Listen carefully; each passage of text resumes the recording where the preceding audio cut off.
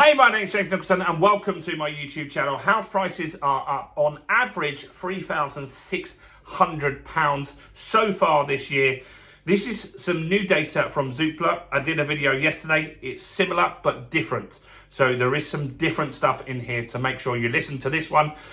And it's interesting because Zoopla was so pessimistic about house prices this time last year. In fact, they felt that house prices were going to drop 2% in 2024. They didn't. They're wrong.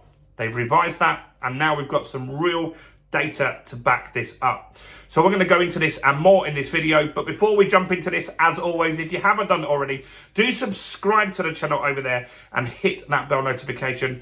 We're on the way to 29,000 subscribers now. I appreciate every single one that takes the time to subscribe. And while you're here, smash like, tickle like, do something to that like button. That helps me massively with the YouTube algorithm. So, Zoopla, they've got more data out and they are saying average house prices are up £3,600 so far this year. Nice, especially if you've got a few houses, I'll take that. And so that's decent and it's really quite solid growth, but in real terms, house prices are actually down because the house price increase is 1.4%. So on an annual, not annual. For the first 7 months, we are 1.4% up. Now, inflation's been higher than that. Remember, the beginning of the year, inflation was quite high. And so if house prices are going up at a lower rate than inflation, that means that in real terms, house prices are actually down. But this is a better way for everybody because it means house prices are getting slightly more affordable.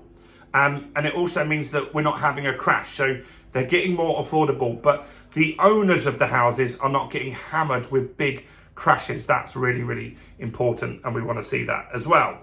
So they're saying the average house price at the moment on their data is 266,400. We do look at various data sources on this channel. So we look at the Nationwide, we look at the Halifax, we look at the ONS, the Office of National Statistics, and they all have slightly different figures. And this is Zoopla just talking about their own data, right? So that's what they're saying. And this is sold prices, just for clarity, not asking prices, because we also look at Rightmove, and Rightmove talk about asking prices. So that's good. Now, where were we at last year? So in the first 7 months last year, house prices were up, but not much, 0.1% up. And that was a really, really flat market. And if you think about how much inflation was last year, and house prices were down quite a lot in real terms because the inflation was so high, the value of the pound, right? So you've got a house worth 100 grand. If you sold that house, you took that 100 grand, what you could buy in the shops with that was quite a bit less, about 10% less buying power with that. And so that was quite a big drop that we had, and that improved affordability as well. Here's some interesting data. So they're saying that there's now 20 to 25% more buyers in the market since mortgage rates came down. Now, just for clarity, this is not since the Bank of England cut rates. This is since mortgage lenders cut rates. So over the last 2 months, we have had a mortgage price war. And that's been down to the fact, similar to December. So in December 2023, the market went quiet, really quiet. Transaction volume was down. Lenders weren't getting any help from the Bank of England dropping. So they cut rates themselves. They had a price war that stimulated the market. January, February, March, we got busy again. And so then the banks started creeping up the rates again. They wanted to make more margin. Of course they do, right? They're in it to make profit. So then the market slowed down again. We got to the early summer, late spring of 2024. And what was happening at that stage was so many people were just sitting on the fence. Transaction volumes were down 25% at the time. And what we're talking about, what was happening was people knew interest rates were going to come down at some point because inflation finally started going down. In May, we got to that 2% target. So at that stage, people know the Bank of England is going to cut interest rates. I don't want to buy a property and pay a premium interest rate. I'll wait a few months and see what happens. We also had a percentage of people that wanted to wait for the election. They wanted to see the election happen, see which party comes in, and see what their housing policies are once they're in power. Because a lot of people talk hot air when they're trying to get elected. So they wanted to see, now Labour's in, what are they actually going to do? So that was some people as well. And other people were just waiting for house prices to come down because they felt we were going to have a crash, because there was channels out there, other YouTube channels, newspapers, saying we're going to have a 35% crash in property. So none of that really happened. The election happened, tick that off. House prices didn't really move. They've been fairly stable. And that's down to the fact that people can afford stuff, and they were stress tested at 5%, so they could afford the mortgage at a higher rate.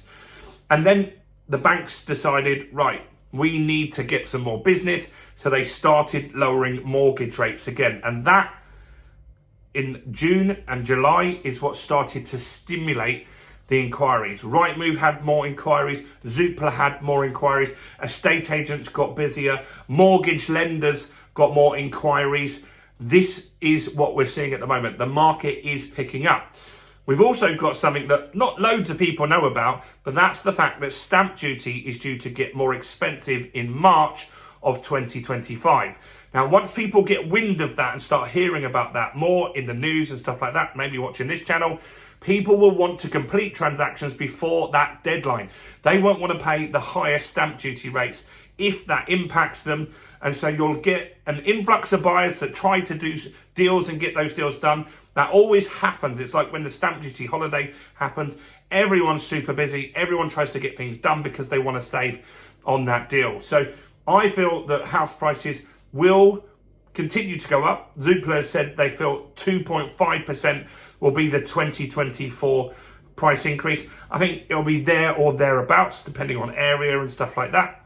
And then I think that you'll see an influx of activity. I think next year will be really busy in the first quarter. But then what I think you'll see is that you'll see the market start to slow significantly in March of 2025. And people will want to see what happens now that stamp duty is more expensive. If interest rates haven't come down enough to make it more attractive to buy by then, we could go back to a slow market at that point. And then who knows? Let me know, what do you think will happen next year? What do you think about this? It's pretty much a flat market. Nice to have a little bit of growth in there. Do comment, do like the video, do subscribe, do check out all the other content on my channel, including this video right here.